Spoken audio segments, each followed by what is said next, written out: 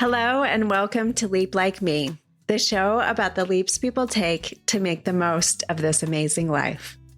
I'm Lisa Hoashi, and generally, I am the host of this show, interviewing people about their own leaps. Today, though, I'm going to be sharing the story of my own sabbatical. This is a story that is so personal and close to my heart, and something that is just a time in my life that I really cherish. And of course, has been the inspiration both for my business and for this podcast. Something I do for every guest on the show is really think about what makes their story different and special. So it's kind of funny to step outside of myself and try to explain that to you about my own story. I think at first look, what stands out about my story is the amount of change that came about from my sabbatical. Before my sabbatical, I was living in Portland, Oregon.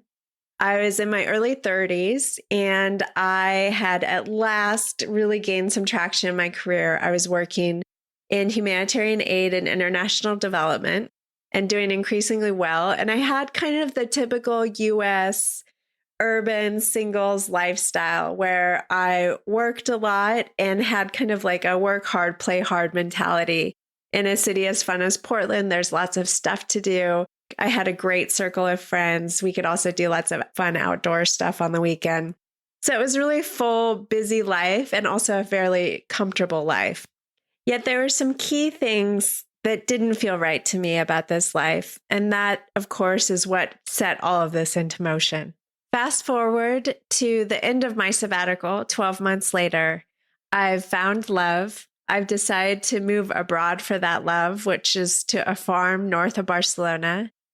We get married, and I'm also challenged to start my own business. It's been a total huge transformation, and the journey has been amazing. And what's really behind, on a more profound level, these external changes that happened are the changes that, of course, happened in me. I think a sabbatical story is probably best broken into the before I quit my job story and the after I quit my job story. So today's episode is going to go into some rich detail about what it was like before I quit my job. So these are the questions I get asked the most by people. Why did I decide to do a sabbatical? What prompted it? How did I handle all of the fears and the emotions that went into a decision like this? How did I handle the logistics? What did I do about money, about my career, about conversations I had with people? And so these are the things I really wanted to focus on today. And then next week, we're going to go into part 2, which is everything that happened after I quit my job. The idea of my sabbatical came from a couple of different places. The first was really that I had been saying for a really long time that I was at some point in my life going to take time off and go travel the world. I really thought of myself as an adventurous person who really enjoyed immersing myself in different cultures, learning languages, meeting new people, having new experiences. And this was super important to me.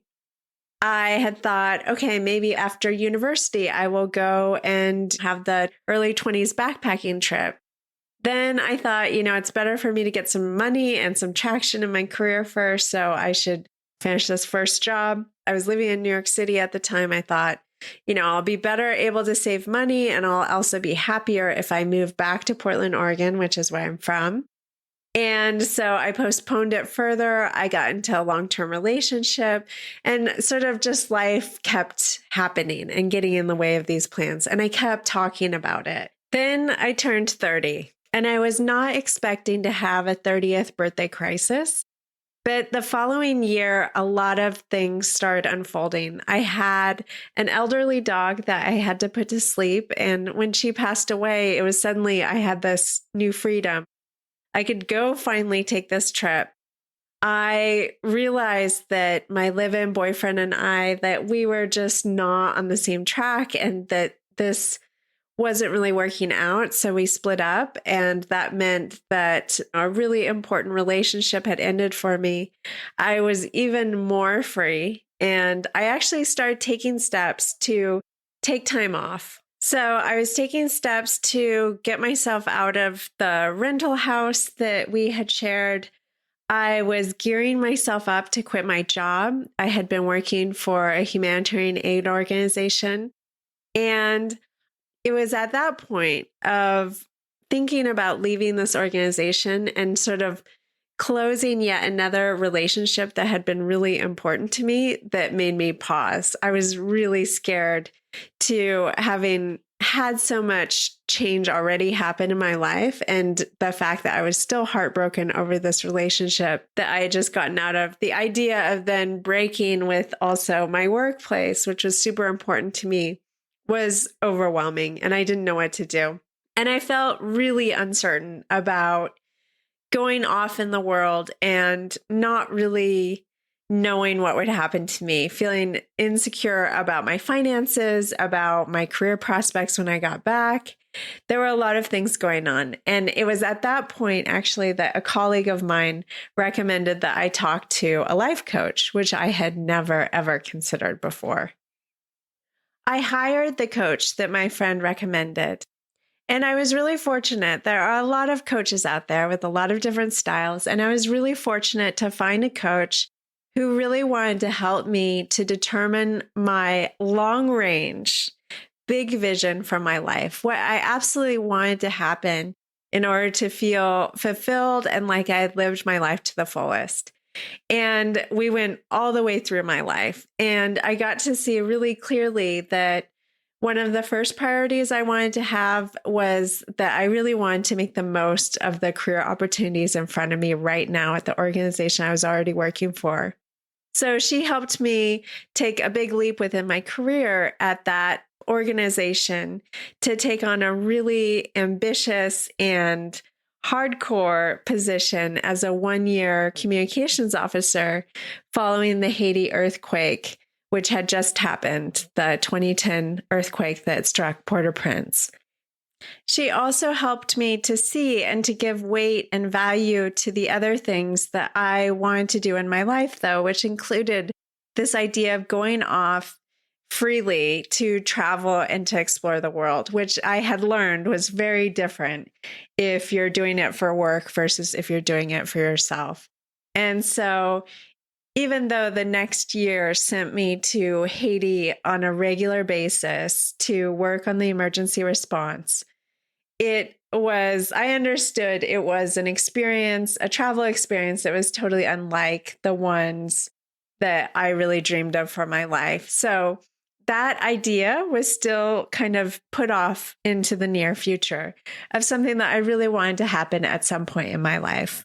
In those intervening years between my 30th birthday and, say, the next 3 years, some really important things happened. I had fully experienced what I had always thought would be my dream job, which was to work on an emergency response on something super important. And I was taken to the heart of it with Haiti. I also had really experienced a lot of success with my job. I had gotten some promotions and was working with more responsibility and had gained a lot of experience in my career. Things were going really well there. These promotions also meant that I was earning more, and I maintained my regular frugal lifestyle and was continuing then to really put that money into savings, which meant that my cash pile was growing and would be able to support a sabbatical if I finally did work up the nerve to do it. As a result of focusing so much on my career, though, some of the parts of my life that I didn't love were getting more and more pronounced. I would go home to my apartment at night and it would just feel so quiet and kind of lonely. And it was not the home that I had envisioned for myself having, in my early 30s. I really wanted to find a loving partner and share my life with him. And I wanted to have a family. So I wanted a rambunctious and lively household. I wanted that to come home too.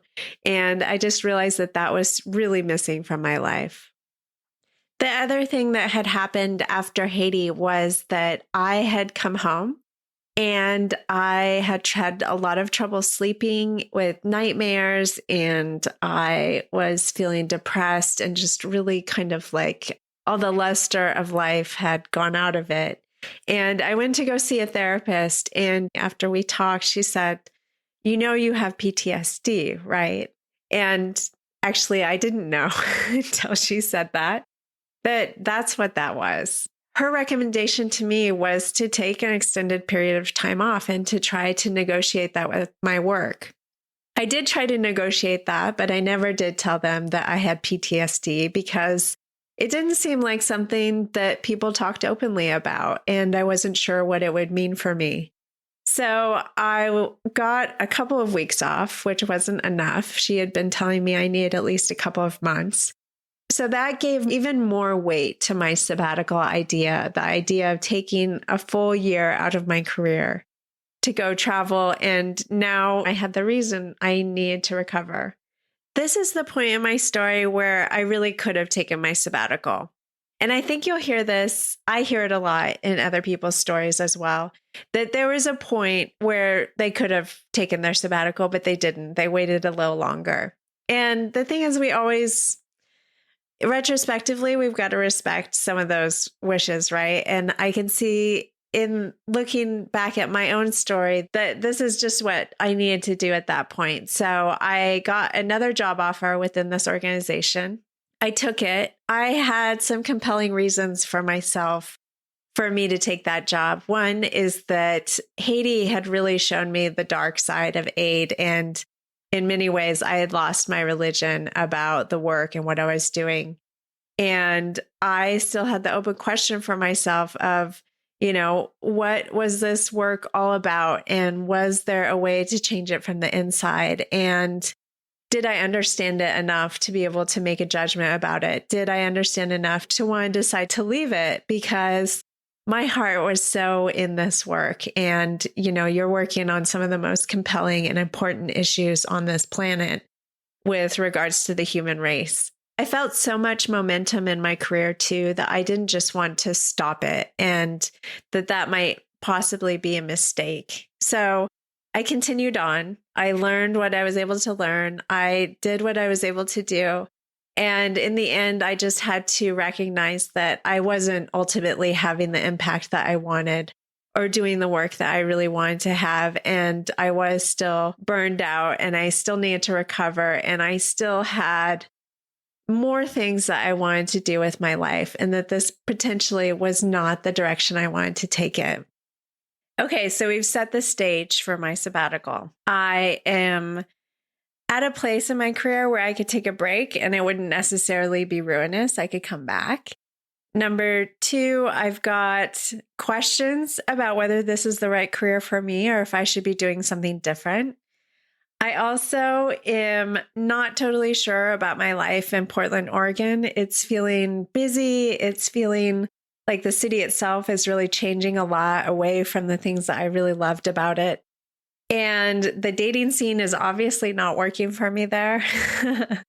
And I am feeling the pressure because I'm in my early 30s and I would still really like to have kids. And maybe it's just time to try something totally different. Despite all of these good reasons, I have a lot of misgivings and a lot of fears. So I'll try to be brief about what all of those were, but there were so many. It was a very confusing time. And I would really pinpoint like the most painful moment of time for me was really, say, in the last 9 months or so of the time before I had an idea of when I would take my sabbatical. So we're talking about the fall of 2012, leading up to my idea of when I would take my sabbatical, which was starting in May 2013. Fear number one was, of course, leaving my job, leaving a good career, and not having income. So the dire situation that my mind could race ahead toward was me at the end of my sabbatical, not having any money, not knowing what I should do next for my career, not being able to find a job that I liked as much as this one, feeling like I made a huge mistake, that I had lost all of the hard work that I had already put into building my career. This is the most desperate situation I could imagine. Of course, my mind went there a lot. I also had fears around the sabbatical itself. So I had fears about me not enjoying my sabbatical. I had fears about not making the most of my sabbatical, because I could see that it was an amazing opportunity and something that not everyone had the chance to do. And there were also then accompanying fears that it was like a really privileged thing to do. And who was I to take this time off? And it seemed particularly frivolous, I think, within the context of the work I had been doing, which, had most recently taken me to a Syrian refugee camp on the border of Jordan and Syria. As I alluded to before, I was super conscious of how other people would view my decision. Particularly, the two conversations that terrified me were having the conversation with my parents, telling them what I planned to do, and also that conversation that I would need to have with my boss about my decision and that I was giving notice, that whole conversation. With my parents, I think the biggest fear was around the fact that, really had a lot to do with family background. So both my parents are from poor, humble backgrounds, and my father's family in particular were immigrants from Japan. They arrived before the war. So they arrived as very poor farm laborers, and then they were sent to the Japanese internment camps that interned West Coast Japanese Americans during World War II. Both of my parents had worked really hard in their lives to improve their situations, and they believed a lot in education. It was a pretty typical American dream type story, particularly from the immigrant background. And I just felt like I had this legacy behind me of people working really hard for me to have a better situation in life. And along with that were certain expectations that I needed to respect what they had given me. And to do that, I needed to get a good education. I needed to do well in school. I needed to have a good career. I needed to make people proud. And so the idea of then turning around and being like, hey guys, I'm going to chuck it all to the wind and I'm going to go travel around the world and do what I want and discover myself, it just seemed totally counterculture for what I was supposed to be doing. The conversation that I worried about having with my boss was more about having him tell me, you're making a huge mistake. I can't believe after all you've done here and, all the opportunities you've had and all the opportunities that are still in front of you, that you would leave this all behind. And to have coworkers think the same thing. And really just to sort of feel other people thinking you're making a huge mistake. Now, I hope that for some of you out there who are kind of in the midst of the same thing, that me being really transparent about these fears is helpful, because they're definitely real. They're things that I hear from a lot of other people. And what I noticed that I did right in that situation is that I was able to kind of use some of the tactics that my life coach had taught me before when we worked together, and to really sit down and think about those fears and think about what practical things I could do to kind of counteract them or mitigate them or bring them down. And so that's the tactic that I took. The first fear to address was the one around money. And that one was fairly easy, actually. I know it's a big sticking point for a lot of people, but I found that there was a practical workaround that worked really well for me, which was that basically I looked at how much savings I had and I just started working on a budget. So this also helped me address the fears that I had about making the most of my sabbatical too. So really what I started with was a sort of bucket list for what I wanted my sabbatical to bring me and what kind of experiences I wanted to have. So I just started making a list of all the potentially really fun things that I could do during my time off. And a lot of it did turn into kind of bucket list sort of things that I had been putting off for years saying that I would do. So some of those were that, for example, I was an exchange student to Chile when I was 17, and I still hadn't gone back to see my host family, who I'd lived with for a year. So I really wanted to go back to Chile and spend some significant time there, and also use that time to travel around the rest of South America. I wanted to go out backpacking and spend a lot of time outdoors, and I wanted to be able to accomplish being able to go out backpacking for at least a week solo by myself. That was something that was important to me. I had some other ideas about wanting to go to Southeast Asia, and I wanted to go sailing. I wanted to rehabilitate my Spanish. I wanted to do some travel in Mexico. I wanted to work on creative writing. I wanted to practice some of my other creative skills around interviews and storytelling. So once I had an idea of some things that I wanted to do on my sabbatical, I started to price out different options. So price out the plane tickets, price out language immersion, price out places I would stay, different countries I would visit. And eventually I found that it was just really helpful for me to just create a really basic Excel spreadsheet and to do a sort of per diem. So I even just used some regular travel guidebook recommendations about how much a budget traveler would need, for example, to visit Bolivia, or how much they would need to visit Argentina per day. And I just started creating a per diem and adding in the other expenses I knew would be standard for each month. So for example, if I had my stuff in storage, that would be a monthly cost. If I had a cell phone plan, that would be a monthly cost. If I would need travel insurance and health insurance, I just started filling out that spreadsheet. I had about $30,000 saved up in cash at that point. And as I was making my spreadsheet, I just also was very attuned to that feeling of my values around spending this money. And I realized that I didn't actually want to spend all of that money. I thought that that was too high of a price, and that I wanted to try to do it on a more budget level. So I decided that the amount I would spend would be pretty much the equivalent of about $50 a day, which I felt like was good for my sort of travel temperament, how budget I was willing to go. Recognizing that some days I would be spending more and some days spending less if I was camping, for example. So with that amount, I realized that my top amount that I would probably want to spend would be around, I think it was eventually $17,500. And so I created my budget for that amount. And that also allowed me then to have cash that I set aside as my buffer, which would be my protection savings. So I calculated how much I would need as an emergency fund if at the end of my sabbatical, I did end up coming back to Portland and then looking for a job that was similar to the one I had before. So it was like my best guess for what might happen after my sabbatical. So I evaluated how much money I would need to sort of start up my new life.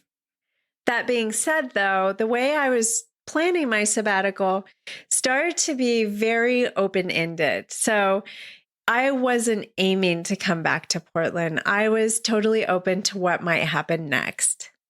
So some of the ways that showed up in my planning was that, for example, when I looked up how much storage facilities were, I realized that putting all my stuff in storage would actually be really expensive. And I wasn't really sure where I wanted to end up after my sabbatical. I was kind of open to the idea of living a year or two abroad, potentially in Mexico. So I wasn't really sure if it was going to be worth it to me financially to keep my furniture and things like that. So I decided to get rid of the majority of my possessions and not spend money on storage.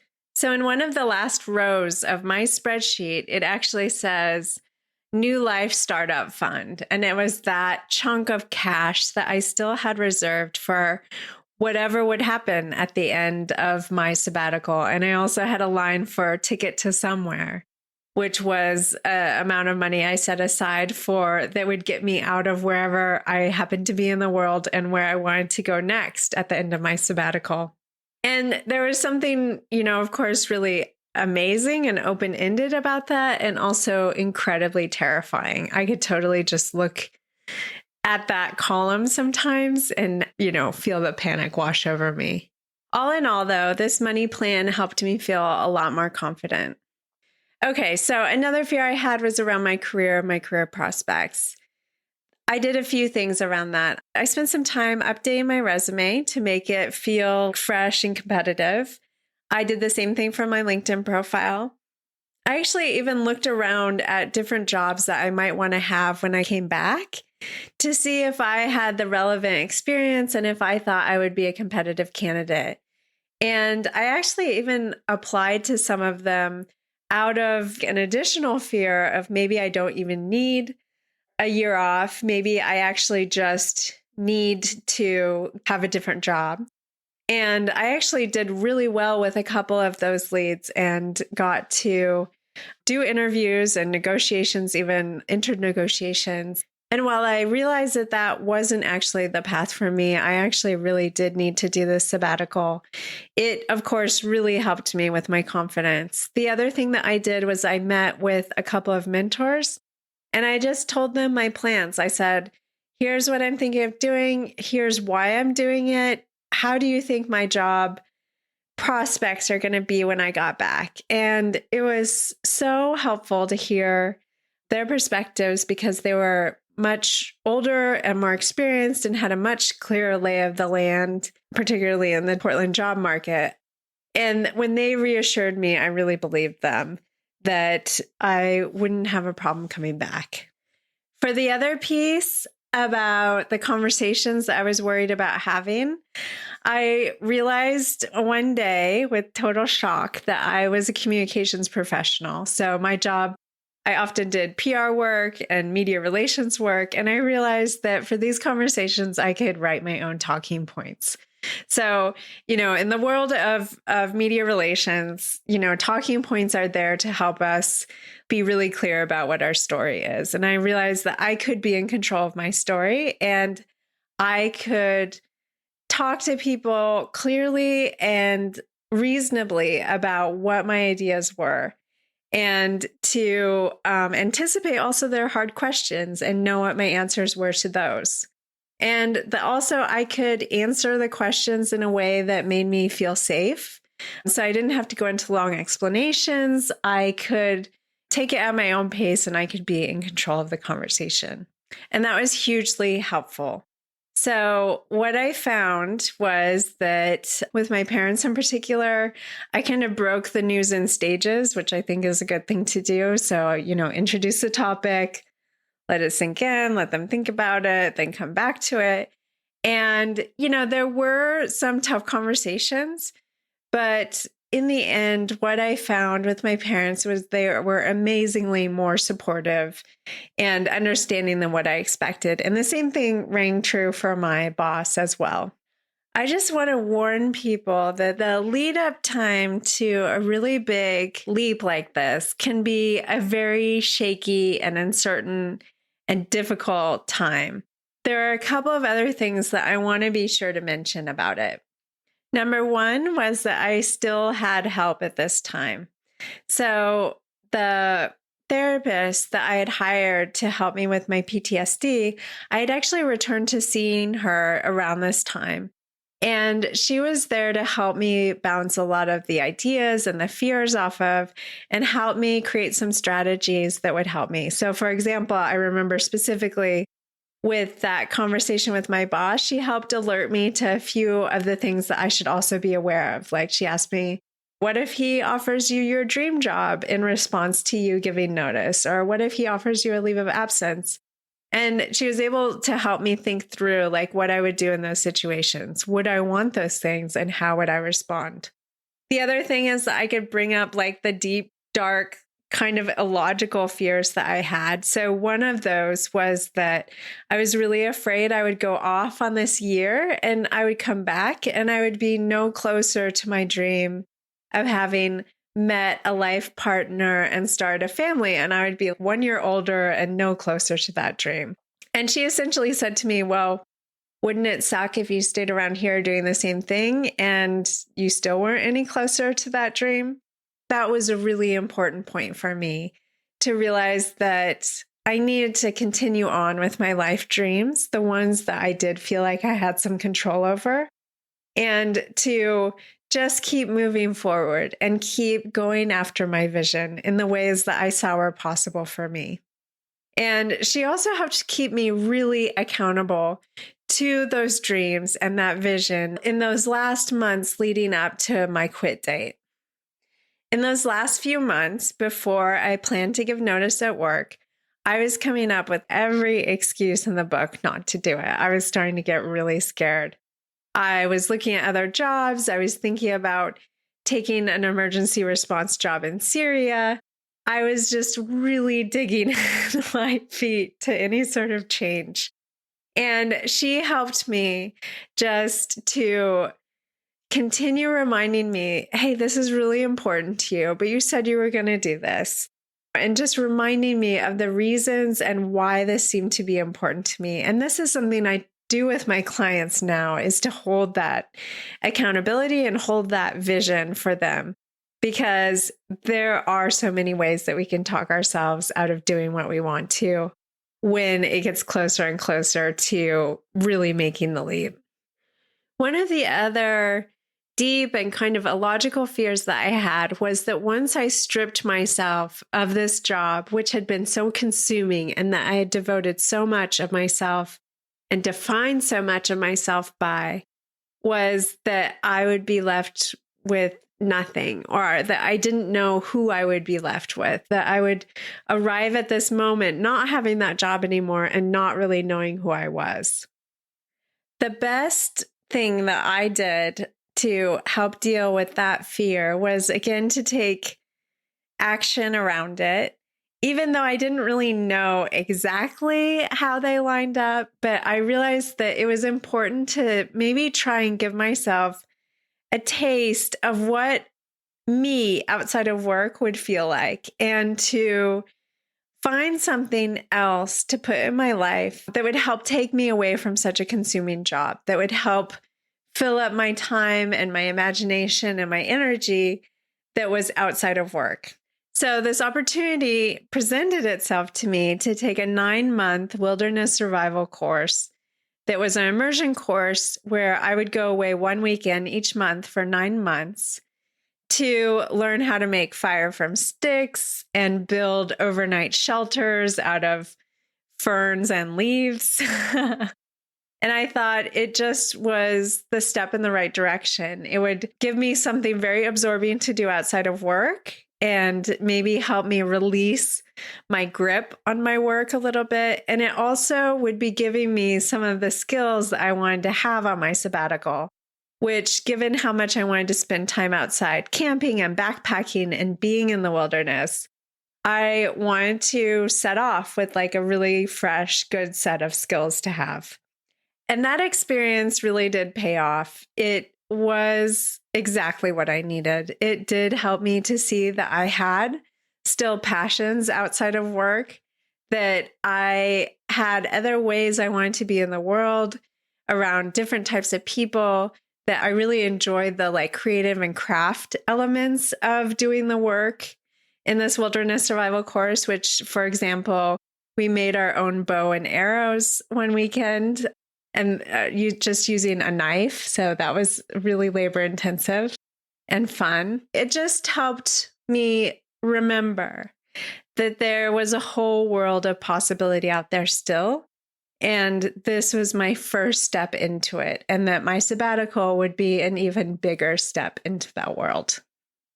By sharing all of this, I want to really just help you understand that before you take a really big leap like this, things can get very confusing and even sort of strange in the months that lead up to something like this. So just to paint a picture of kind of how crazy things were for me. So by day, I have a fairly corporate kind of office job where I'm dressing really nice. I'm attending board meetings. I have this very professional persona that I'm still carrying on. On the weekends, I am in full sopping rain gear in the forest, living out of a tent near Mount Hood, with a bunch of other people who are doing the same thing. And we're wielding knives and, doing all of these wild crafts together. And I also then in the evenings am going home and working on spreadsheets, working on logistics. The wall of my kitchen is filled with Post-it notes of all the things I need to do before I go on this trip. And also, in my personal life, I'm having conversations with friends and family about what I'm planning on doing. In those months, I also had a relationship that I was in that didn't work out. So I was feeling sad and down about that. And also feeling like some anger about that and feeling like, okay, enough is enough. I've really got to do this. This life in Portland is not working out for me and is not taking me where I want to go. The last thing I want to share with you about this period of time is the final countdown weeks leading up to my last day at work. One thing that happened that was really fortuitous and wonderful was that my sister and her husband bought a new house. And as part of that house, there was a detached garage that was somewhat renovated, and they were going to turn it into an apartment that visitors could use when they came. Talking to my sister and my brother-in-law about this new development led to a perfect solution for both of us. Me, what was I going to do with all my possessions in my Portland apartment? And them, how are they going to furnish their new guest apartment? So we put the majority of my things into a moving van and moved it up to their house. And even now, there is, in this guest apartment, it's almost a perfect replica of my Portland apartment. So I get to see all of my old things, my old mugs, my dish rack, everything that was in my apartment there. And my husband and daughter and I get to use it when we go. And my mom, I think, gets particular pleasure out of being able to see all of my old things there as well when she goes up to visit. So that worked out really well. I'd also managed to have the big, scary conversation with my boss to give my notice.